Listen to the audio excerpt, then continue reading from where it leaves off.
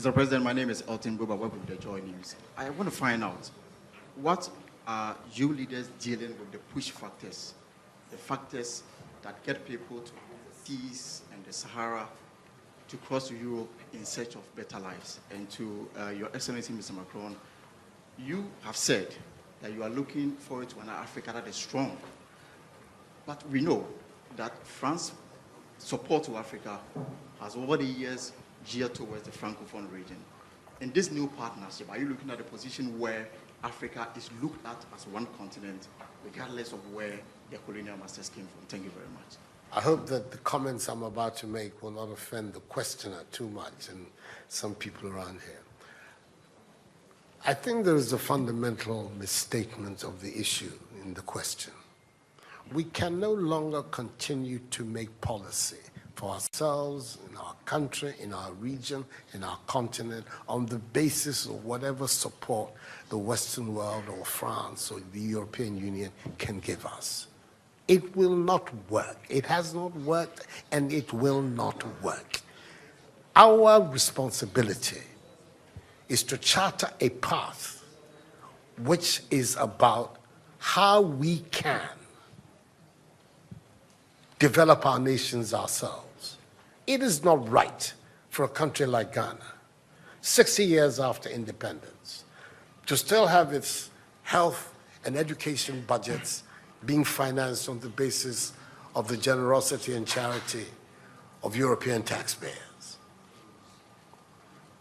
By now, we should be able to finance our basic needs ourselves.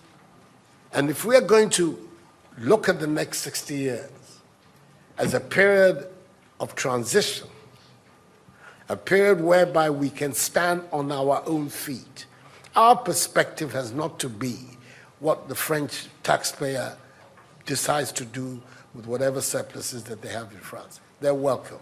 They're appreciated. Whatever interventions that the French taxpayer through their governments make to us are appreciated. We're not going to lick a gift horse in the mouth.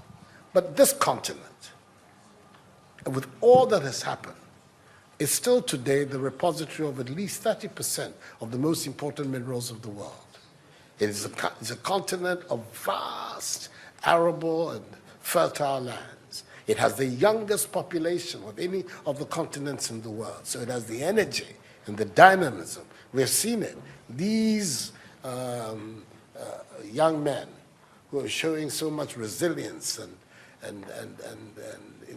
ingenuity in crossing the Sahara, finding ways to go across with rickety boats across the Mediterranean to really, those energies, we want to have those energies working inside our countries. And we're going to have those energies working in our countries if we begin to build systems that tell the young people of our country that their hopes, their opportunity are right here with us. Migration and the movement of people is being presented in a manner which suggests that somehow it's a new phenomenon. There's nothing new about it.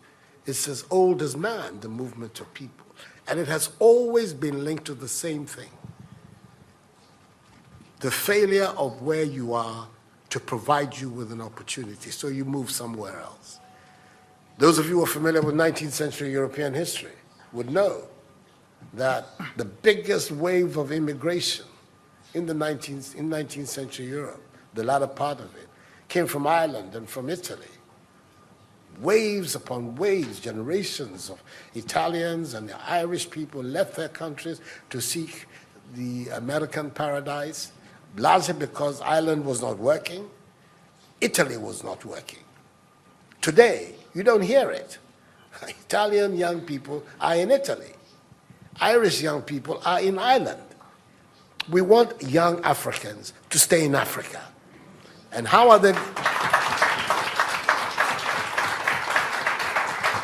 And it means that we have to get away from this mindset of dependence. This mindset about what can France do for us. France will do whatever it needs to do for its own sake. And when those coincide with ours, tant mieux, as the French people say.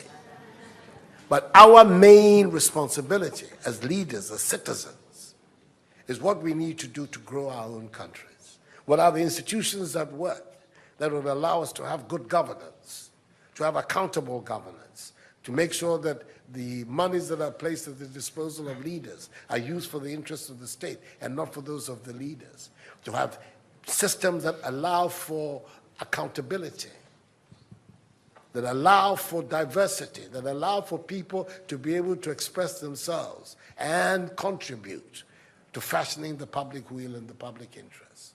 Our concern should be with what do we need to do in this 21st century to move Africa away from being cap in hand and begging for aid, for charity, for handouts. The African continent, when you look at its resources, should be giving monies to other places. We have huge wealth on this continent, in our own country of Ghana. And we need to have a mindset that says, we can do it. Others have done it. We can also do it.